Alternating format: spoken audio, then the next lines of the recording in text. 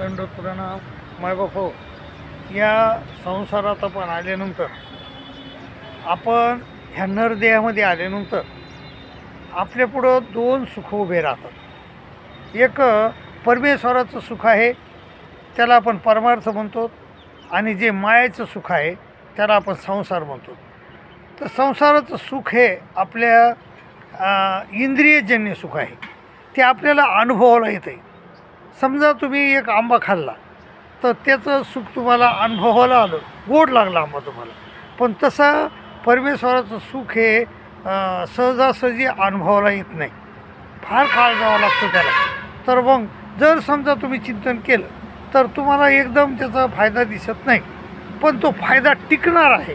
आणि हे जे संसाराचं जे सुख आहे ते संसाराचं सुख हे टिकणारं नाही.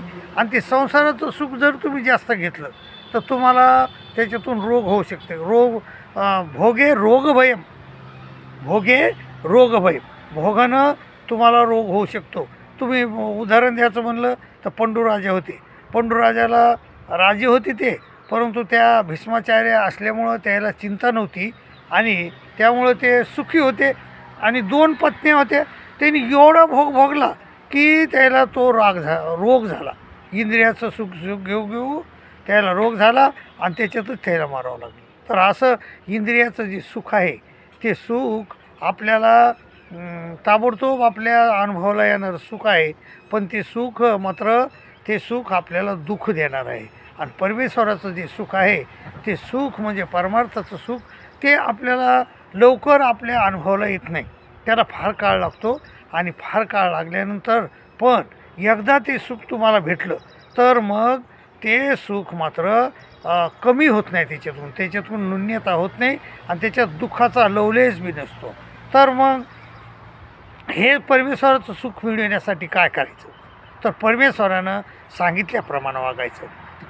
काय सांगितलं परमेश्वरानं, तर परमेश्वरानं सांगितलं की प्रजाहाती यदा कामान सर्वान पार्थ मनोगतात.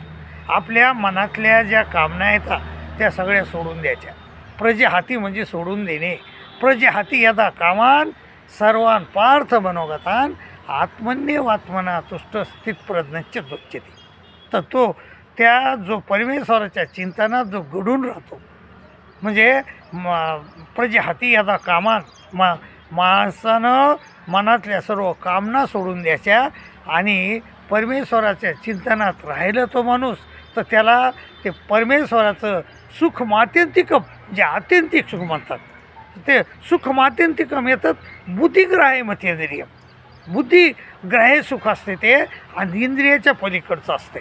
आणि ते सुख जर मिळालं आपल्याला तर त्या सुखामध्ये उणीव होत नसते कधी. म्हणून ते सुख जर तुम्हाला पाहिजे असेल तर तुम्हाला काय करावं लागेल, तुमच्या मनातल्या ज्या कामना आहेत त्या सोडून द्यायच्या. अहो तुम्ही जर ते जोडलेले नाही फळ, तर तुम्ही किती बी कामना केल्या, तुम्हाला वाटलं मी आमदार व्हायला पाहिजे, कसं होतं तुम्ही आमदार, तुम्ही पूर्वजन्मीत जोडायला पाहिजे ते पुण्य, तरच तुम्ही आमदार होऊ शकता, मोठं सार्वभौम राजा होऊ शकता, नाही तर नाही होऊ शकत. मग त्या उगीचच कामना करून काय फायदा, मग त्या कामना करायच्या नाही. प्रजाहाती यदा कामान, सगळ्या कामना मनातल्या सोडून द्यायच्या आणि काय करायचं, प्रजाहाती यदा कामान सर्वान पार्थ मनोगतात, मनातल्या सर्व कामनाचा त्याग करायचा आणि आत्मन्यवात्मना तुष्ट, परमेश्वराच्या चिंतनात तुष्ट राहायचं, घडवून राहायचं, तर तो माणूस सुखी होऊ शकतो. मग सुख पाहिजे असेल तर बायबापो परमेश्वराचं चिंतन करा आणि दळिता कांडिता आठवीन तुझा अनंत. परमेश्वराचं चिंतन कसं दळताना काढताना म्हणजे सतत करायचे, सतत. आणि झोपताना देखील शयनासनी भोजनी परमेश्वर आपल्याला झाला पाहिजे. आपण झोपताना देखील परमेश्वराचं चिंतन करत आपण झोपलो पाहिजे आणि उठलं की देवाचं नाव आपल्या तोंडाला आलं पाहिजे. तर असं जर झालं तर ते परमेश्वराचं सुख मिळतं आहे. आणि ते सुख कसं असतं, सुख मात्यंतिकम येतात, बुद्धिग्राह्य मतेंद्रिय.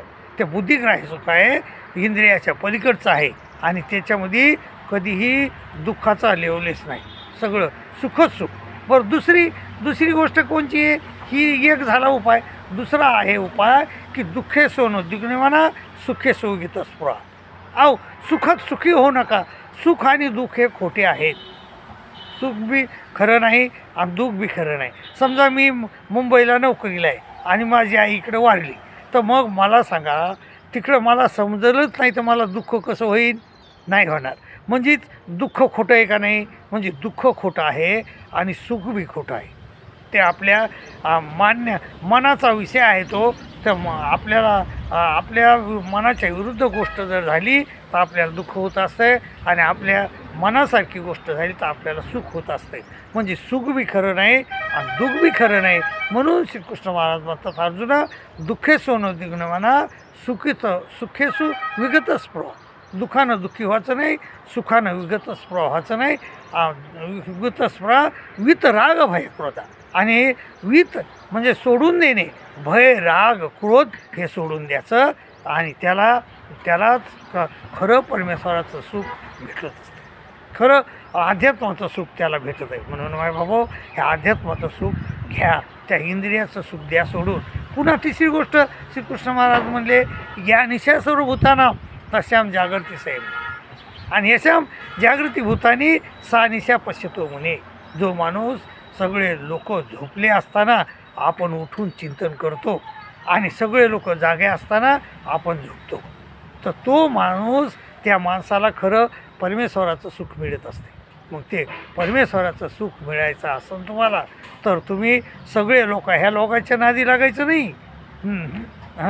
अनेक जनसंसदी त्यागायची, लोकांच्या नादी लागायचं नाही. आणि सगळे लोक झोपले असताना आपण उठायचं आणि परमेश्वराचं चिंतन करत बसायचं. सगळे लोक जागे असतात त्यावेळेस आपण झोपायचं. असं जर तुम्ही केलं मायबाप तर आपल्याला गीतेत सांगितलं आहे की तुम्हाला हे परमेश्वराचं सुख मिळू शकतं. आणि ते सुख कसं आहे? सुख मात्यंतिकम येतात बुद्धिग्राही मतेंद्रिय. ते बुद्धिग्राह्य आहे, इंद्रियाच्या पलीकडचं आहे आणि त्याच्यात दुःखाचा लवलेस देखील नाही. आणि इंद्रियाचं जे सुख आहे ते सुख आहे ना ते त्याच्यामध्ये दुःख आहे.